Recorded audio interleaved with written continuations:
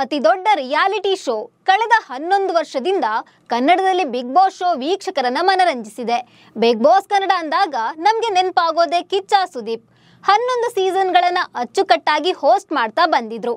ಆದರೆ Sudeep big boss ನಿರೂಪಣೆಗೆ ವಿದಾಯ ಹೇಳಿದ್ದಾರೆ. ಮುಂದಿನ ಸೀಸನ್ ಇಂದ ಶೋನ ಹೋಸ್ಟ್ ಮಾಡಲ್ಲ ಅಂತ ಈಗಾಗಲೇ ಹೇಳಿದ್ದಾರೆ. ಇನ್ನು ಮುಂದೆ ಬಿಗ್ ಬಾಸ್ ಶೋನಲ್ಲಿ ಕಿಚ್ಚನನ್ನ ಮಿಸ್ ಮಾಡಿಕೊಳ್ತೇವೆ ಅಂತ ಅದೆಷ್ಟೋ ಫ್ಯಾನ್ಸ್ ಬೇಸರ ಮಾಡಿಕೊಂಡಿದ್ದಾರೆ. ಆದ್ರೆ ಈಗ ಬಿಗ್ ಬಾಸ್ ವೀಕ್ಷಕರಿಗೆ ಗುಡ್ ನ್ಯೂಸ್ ಹೊಂದಿದೆ. ಬಿಗ್ ಬಾಸ್ ಸೀಸನ್ 12ಕ್ಕೂ ಸುದೀಪ್ ನಿರೂಪಣೆ ಮಾಡಲಿದ್ದಾರಂತೆ. ಆದ್ರೆ ಶೋ ಒಪ್ಪಿಕೊಳ್ಳೋಕ್ಕೂ ಮುನ್ನ ಬಾದ್ಶಾ ಕಂಡೀಷನ್ ಸಪ್ಲೈ ಅಂತ ಹೇಳಿದ್ದಾರಂತೆ. ಅಷ್ಟಕ್ಕೂ ಸುದೀಪ್ ಹಾಕಿರೋ 5 ಕಂಡೀಷನ್ಸ್ ಏನು? ಈ ಸೀಸನ್ ಅಲ್ಲಿ ಹೊಸ ಅಲೆ ಶುರುವಾಗುತ್ತಾ ಅನ್ನೋದನ್ನ ಹೇಳ್ತೀನಿ. ನಾನು ಶ್ವೇತಾ. ನೀವು ಸುದ್ದಿಯಾನದ ಸಬ್ಸ್ಕ್ರೈಬರ್ ಆಗೋದಕ್ಕೆ ಮರಿಬೇಡಿ.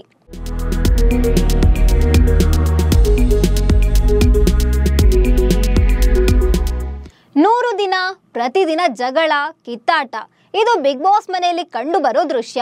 ಬಿಗ್ ಬಾಸ್ ರಿಯಾಲಿಟಿ ಶೋ ಬಗ್ಗೆ ವಿಶೇಷವಾಗಿ ಏನು ಹೇಳ್ಬೇಕಂತಿಲ್ಲ. ಯಾವುದೇ ಭಾಷೆ ಇರಲಿ, Bigg Boss reality show blockbuster hit ಆಗಿದೆ. ಪ್ರತಿ ಬಾರಿಯ ಸೀಸನ್ನಲ್ಲೂ ಏನಾದರೊಂದು ವಿವಾದವಾಗಿ ದೇಶದಾದ್ಯಂತ ಭಾರಿ ಸುದ್ದಿಯಲ್ಲಿರೋದು ಈ ರಿಯಾಲಿಟಿ ಶೋನ ವಿಶೇಷ. ಬಿಗ್ ಬಾಸ್ ಕನ್ನಡ ಸೀಸನ್ 10 ಹಾಗೆ 11 ಭಾರಿ ವಿವಾದಗಳಿಂದಲೇ ಸುದ್ದಿಯಾಗಿತ್ತು. ಇದೀಗ ಬಿಗ್ ಬಾಸ್ ಕನ್ನಡ ಸೀಸನ್ 12 ಶೀಘ್ರದಲ್ಲೇ ಆರಂಭವಾಗಲಿದೆ. ಇದಕ್ಕಾಗಿ ವಾಹಿನಿ ಸಕಲ ಸಿದ್ಧತೆಗಳನ್ನು ಕೂಡ ಮಾಡಿಕೊಳ್ತಿದೆ. ಆದರೆ ಈ ಬಾರಿ ಕಿಚ್ಚ ಸುದೀಪ್ ಶೋನ ಹೋಸ್ಟ್ ಮಾಡಲ್ಲ ಅನ್ನೋದು ಅಭಿಮಾನಿಗಳಿಗೆ ನಿರಾಸೆ ಮೂಡಿಸಿತ್ತು. ಕಳೆದ ಸೀಸನ್ ಅಲ್ಲಿ ತಮ್ಮದು ಇದೇ ಕೊನೆಯ ಬಿಗ್ ಬಾಸ್ ನಿರೂಪಣೆ, ಮುಂದಿನ ಸೀಸನ್ ನಲ್ಲಿ ತಾನು ಹೋಸ್ಟ್ ಮಾಡಲ್ಲ ಅಂತ ಸುದೀಪ್ ಹೇಳಿದ್ರು. ಆದ್ರೆ ಸುದೀಪ್ ಇಲ್ಲದ ಬಿಗ್ ಬಾಸ್ ಊಹಿಸಿಕೊಳ್ಳೋದು ಕಷ್ಟ ಅಂತ ಫ್ಯಾನ್ಸ್ ಹೇಳ್ಕೊಂಡು ಬಂದಿದ್ರು. ಆದ್ರೀಗ ಬಿಗ್ ಬಾಸ್ ಸೀಸನ್ 12ಕ್ಕೂ ಕಿಚ್ಚನೇ ಬಾಸ್ ಅನ್ನೋ ಅಪ್ಡೇಟ್ ಸಿಕ್ಕಿದೆ.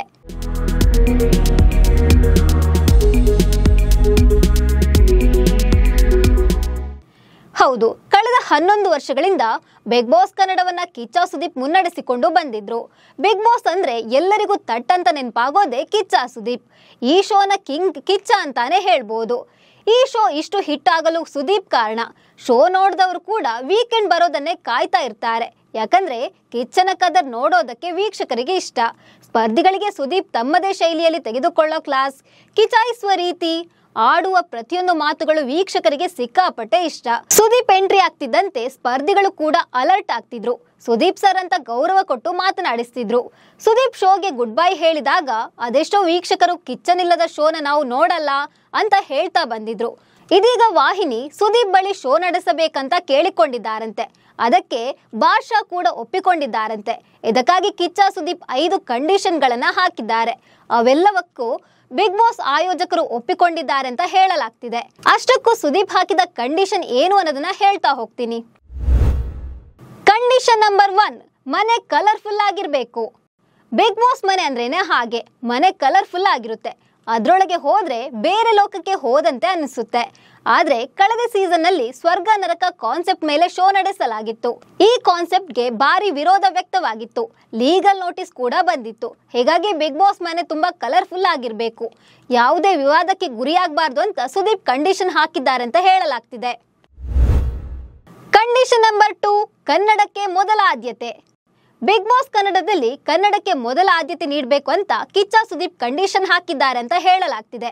ಆರಂಭದ ಸೀಸನ್ ಅಲ್ಲಿ ಸ್ಪರ್ಧಿಗಳು ಆದಷ್ಟು ಕನ್ನಡದಲ್ಲೇ ಮಾತನಾಡಬೇಕನ್ನೋ ರೂಲ್ಸ್ ಇತ್ತು.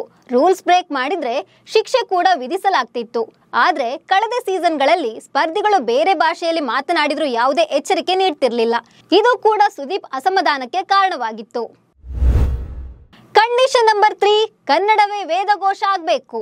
ಇನ್ನು ಕಿಚ್ಚ ಸುದೀಪ್ ಬಿಗ್ ಬಾಸ್ ನಲ್ಲಿ ಕನ್ನಡವೇ ವೇದಘೋಷ ಆಗ್ಬೇಕು, ಸ್ಪರ್ಧಿಗಳಿಗೆ ಟಾಸ್ಕ್ ರೂಲ್ಸ್ ಎಲ್ಲವನ್ನ ಅಚ್ಚ ಕನ್ನಡದಲ್ಲಿ ತಿಳಿಸಬೇಕು, ಬಿಗ್ ಬಾಸ್ ಟೈಟಲ್ ಅನ್ನ ಸಹ ಕನ್ನಡ ಅಕ್ಷರಗಳಲ್ಲಿ ದೊಡ್ಡದಾಗಿ ಹಾಕಬೇಕು ಅನ್ನೋ ಅರ್ಥದಲ್ಲೇ ಹೇಳಿದ್ದಾರೆ ಎನ್ನಲಾಗ್ತಿದೆ. ಕಂಡೀಷನ್ ನಂಬರ್ 4, ಒಳ್ಳೆಯ ಲೀಗಲ್ ಟೀಮ್ ಇರಬೇಕು. ಬಿಗ್ ಬಾಸ್ ಶೋ ಅಂದ್ರೆ ಅಲ್ಲಿ ವಿವಾದ ಇದ್ದೇ ಇರುತ್ತೆ. ಕಳೆದ ಕೆಲ ಸೀಸನ್ಗಳಲ್ಲಿ ಶೋ ಟೀಮ್ ನಿಯಮ ಉಲ್ಲಂಘಿಸಿತ್ತು. ಹೀಗಾಗಿ ಶೋ ವಿರುದ್ಧ ಕೂಡ ಲೀಗಲ್ ನೋಟಿಸ್ ಬಂದಿತ್ತು. ಅಷ್ಟೇ ಅಲ್ಲ, ಕೆಲ ಸ್ಪರ್ಧಿಗಳು ಜೈಲಿಗೆ ಕೂಡ ಹೋಗಿ ಬಂದಿದ್ರು. ಇದು ಶೋ ಮೇಲೆ ಜನರಿಗೆ ಕೆಟ್ಟ ಅಭಿಪ್ರಾಯ ಬರುವಂತೆ ಮಾಡಿತ್ತು. ಹೀಗಾಗಿ ಸುದೀಪ್ ಶೋನಲ್ಲಿ ಒಳ್ಳೆಯ ಲೀಗಲ್ ಟೀಮ್ ಇರಬೇಕು ಅಂತ ಕಂಡೀಷನ್ ಹಾಕಿದ್ದಾರೆ ಅಂತ ಹೇಳಲಾಗ್ತಿದೆ. ಕಂಡೀಷನ್ ನಂಬರ್ 5, ವಿವಾದಿತ ಸ್ಪರ್ಧಿಗಳಿಗೆ ನೋ ಎಂಟ್ರಿ. ಅಂದಹಾಗೆ ಬಿಗ್ ಬಾಸ್ ಅಂದ್ರೇನೆ ಅಲ್ಲಿ ವಿವಾದಿತರಿಗೆ ಮೊದಲ ಆದ್ಯತೆ ಅನ್ನೋದು ಎಲ್ರಿಗೂ ಗೊತ್ತೇ ಇದೆ. ಹೆಚ್ಚೆಚ್ಚು ಕಾಂಟ್ರವರ್ಸಿ ಮಾಡಿಕೊಂಡವರಿಗೆ ಹೆಚ್ಚು ಆದ್ಯತೆ. ರೀಲ್ಸ್ ಮೂಲಕ ಫೇಮಸ್ ಆದವರು, ಹೊರಗಡೆ ಸಿಕ್ಕಾಪಟ್ಟೆ ವಿವಾದ ಸೃಷ್ಟಿಸಿ ಒಂದೆರಡು ಬಾರಿ ಜೈಲಿಗೆ ಹೋಗಿ ಬಂದವರು, ಹೀಗೆ ವಿವಾದ ಸೃಷ್ಟಿಸಿಕೊಂಡವರಿಗೆ ಆದ್ಯತೆ ನೀಡಲಾಗ್ತಿದೆ. ಇವರೆಲ್ಲ ಸಮಾಜದ ಕಣ್ಣಿಗೆ ಹೀರೋಗಳಾಗಿ ಮಿಂಚ್ತಿದ್ದಾರೆ. ಇಂಥವರನ್ನ ಕರೆತಂದ್ರೆ ಮಾತ್ರ TRP ಹೆಚ್ಚಾಗುತ್ತೆ ಅನ್ನೋದು ಎಲ್ರಿಗೂ ಗೊತ್ತಿದೆ. ಆದ್ರೆ ಸುದೀಪ್ ಅವರು ಈ ಬಾರಿ ವಿವಾದಿತರು ಬೇಡ ಅಂತ ಹೇಳಿದ್ದಾರೆ ಅಂತ ಹೇಳಲಾಗ್ತಿದೆ. ಆದ್ರೆ ಈ ಬಗ್ಗೆ ಸುದೀಪ್ ಆಗ್ಲಿ ವಾಹಿನಿಯವರಾಗ್ಲಿ ಯಾವುದೇ ಹೇಳಿಕೆ ನೀಡಿಲ್ಲ. ಬಿಗ್ ಬಾಸ್ 12 ಯಾವಾಗ ಆರಂಭ ಆಗಲಿದೆ ಅನ್ನೋ ಬಗ್ಗೆಯೂ ಇದುವರೆಗೂ ಮಾಹಿತಿ ಇಲ್ಲ. ಅಂದ್ಹಾಗೆ ಕನ್ನಡದಲ್ಲಿ ಕಿಚ್ಚ ಸುದೀಪ್ ಅವರನ್ನ ಬಿಟ್ಟು ಬೇರೆ ಯಾರೇ ಬಿಗ್ ಬಾಸ್ ಶೋ ನಿರೂಪಣೆ ಮಾಡಿದ್ರು ಅದು ಚೆನ್ನಾಗಿ ಬರೋದಿಲ್ಲ, ಜನರು ನೋಡೋದಿಲ್ಲ ಅನ್ನೋದು ವಾಹಿನಿಗೂ ಗೊತ್ತಿರುವ ವಿಷಯ. ಹಾಗಾಗಿ ಕಿಚ್ಚ ಸುದೀಪ್ ಅವರು ಹಾಕಿರುವ ಎಲ್ಲಾ ಕಂಡೀಷನ್ಗಳನ್ನು ಒಪ್ಪಿ ಅವರನ್ನ ಮತ್ತೆ ಒಪ್ಪಿಸಿದ್ದಾರೆ ಅಂತ ಹೇಳಲಾಗ್ತಿದೆ. ಇದೀಗ ಸುದೀಪ್ ಬಿಗ್ ಬಾಸ್ ಶೋಗೆ ಮತ್ತೆ ಬರ್ತಾರೆ ಅನ್ನೋದು ಫ್ಯಾನ್ಸ್ಗೆ ಖುಷಿಯಾಗಿದೆ. ಆದ್ರೆ ನಿಜಕ್ಕೂ ಸುದೀಪ್ ಈ ಕಂಡೀಷನ್ ಹಾಕಿದ್ದಾರಾ, ಮುಂದಿನ ಸೀಸನ್ ಹೋಸ್ಟ್ ಮಾಡ್ತಾರಾ ಅನ್ನೋದು ಗೊತ್ತಿಲ್ಲ. ಮುಂದಿನ ದಿನಗಳಲ್ಲಿ ಈ ಬಗ್ಗೆ ಅಪ್ಡೇಟ್ ಕೊಡ್ತಾರಾ ಅಂತ ಕಾದು ನೋಡ್ಬೇಕು. ಸೊ ಈ ಬಗ್ಗೆ ನಿಮ್ಗೆ ಏನನ್ನಿಸ್ತಿದೆ? ಸುದೀಪ್ ಶೋ ಹೋಸ್ಟ್ ಮಾಡ್ಬೋದಂತ ಕಾಮೆಂಟ್ ಮಾಡಿ. ನಮಸ್ಕಾರ.